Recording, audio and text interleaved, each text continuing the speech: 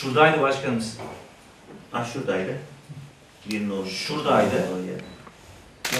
Ben görmedim. İkisi de mi? İkisi de. Biri grader, biri tuzlama.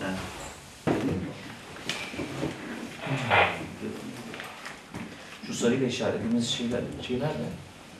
Onu alabilir miyim başkanım? Hangisi? Tuz şeyi. Şuradan şurası zaten o zaman. Mesela istersen burç karşı. Sen buradan aracı ne geziyor o zaman? Neyi başkanım? Burası büyük şehirdeyse.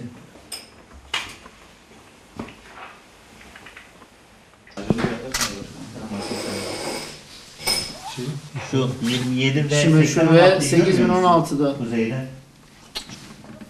Evet.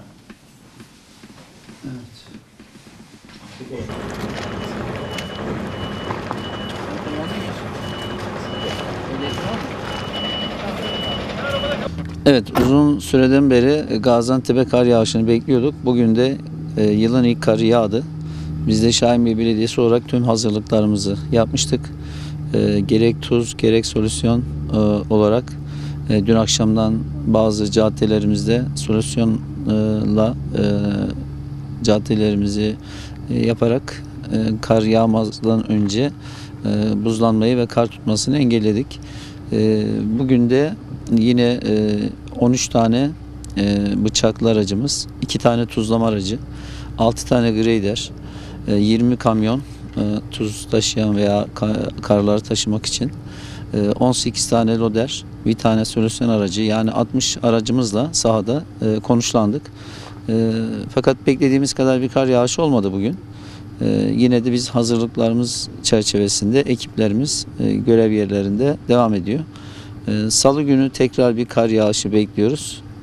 Biz hazırlıklıyız. Vatandaşımızı yolda koymamak için, şehrimizin caddelerini trafiğe açık tutmak için her türlü tedbiri almış durumdayız.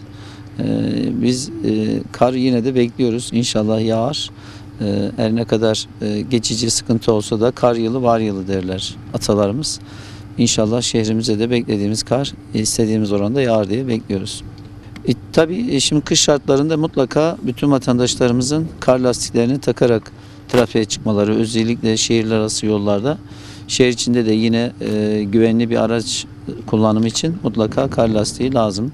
Veya olmayanların mutlaka karlı bölgelerde zincir takması, trafik kurallarına uyması, can ve mal kaybının asgariye düşürülmesi açısından önemli.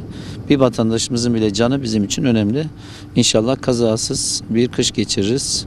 Herkesin gönlünce ülkemize bol rahmet gelir. Gönlümüzce bir kış geçiririz inşallah.